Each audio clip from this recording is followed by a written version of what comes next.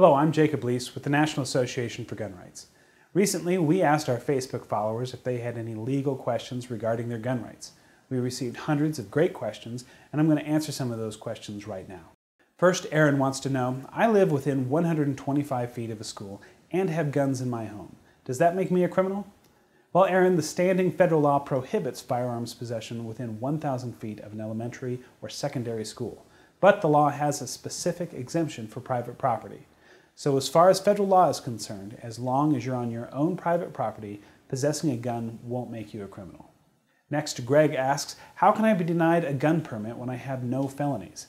Greg, not every state issues gun permits, and the ones that do each have their own criteria for issuing them.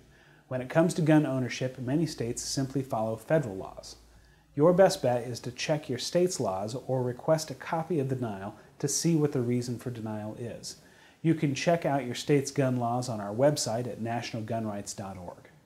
As you know, Greg, trying to comply with the different gun laws and permitting practices from state to state can be difficult, overwhelming, and sometimes dangerous. That's why NAGR advocates for constitutional carry legislation. Constitutional carry would ensure our right to carry a firearm without the burdensome and arbitrary gun laws and permitting practices that vary so widely by state. And our last question comes from Quinn. He wonders, what's the deal with the UN gun ban? Recent articles say it's true, but I also read one saying that it is false. Well, Quinn, I wish this was just a terrible internet rumor, but unfortunately the UN gun ban is a real threat to our right to bear arms. The United Nations is trying to get countries to ratify the UN Arms Trade Treaty. The treaty was signed in 2013 by Secretary of State John Kerry, but has not been brought to the Senate floor for a two-thirds ratification vote. The reason this treaty is so dangerous is because it forces Americans to license and register their guns and ammo purchases in an international gun registry. This registry will hold private and sensitive information of gun owners, including make, model, quantity, and value of their firearms.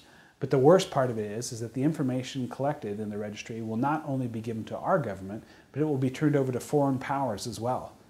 That's why we've worked closely with Senator Rand Paul to oppose the UN Arms Trade Treaty, and why we urge our members and supporters to sign our petitions against it. Thank you all so much for your excellent questions and feedback. If you have any other questions or concerns about your gun rights, or just want a chance to join in the conversation, please like us on Facebook, follow us on Twitter, and subscribe to our YouTube channel and email alerts.